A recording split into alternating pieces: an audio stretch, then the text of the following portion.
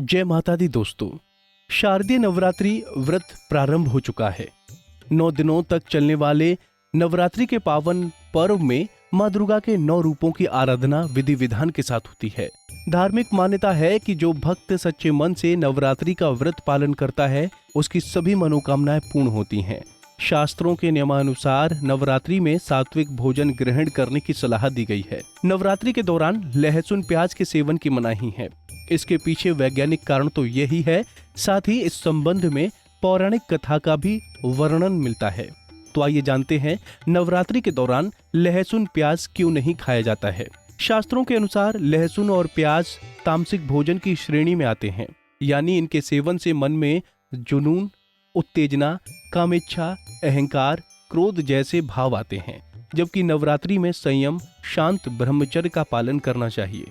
इस कारण नवरात्रि में लहसुन और प्याज के सेवन की मनाही होती है। प्याज और लहसुन खाने के शरीर में गर्मी बढ़ती है, जिससे मन में कई प्रकार की इच्छाओं का जन्म होता है।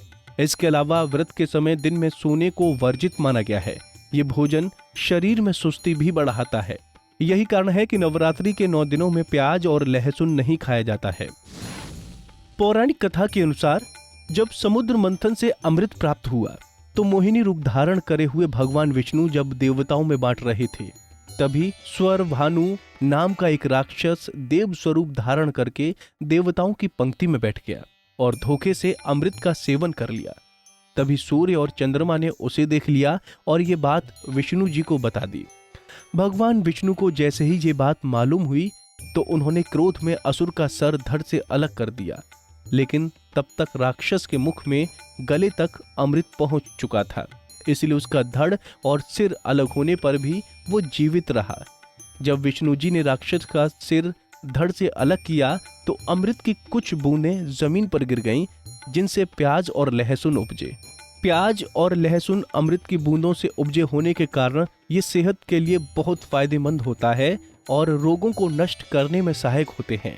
लेकिन इनमें मिला अमृत राक्षसों के मुख से होकर गिरा है, इसलिए इनमें तेज गंध है। यही वजह है कि राक्षस के मुख से गिरे होने के कारण इन्हें अपवित्र माना जाता है और देवी देवताओं के भोग में इस्तेमाल नहीं किया जाता है। कुंडली टीवी डेस्क से प्रिया शर्मा की रिपोर्ट।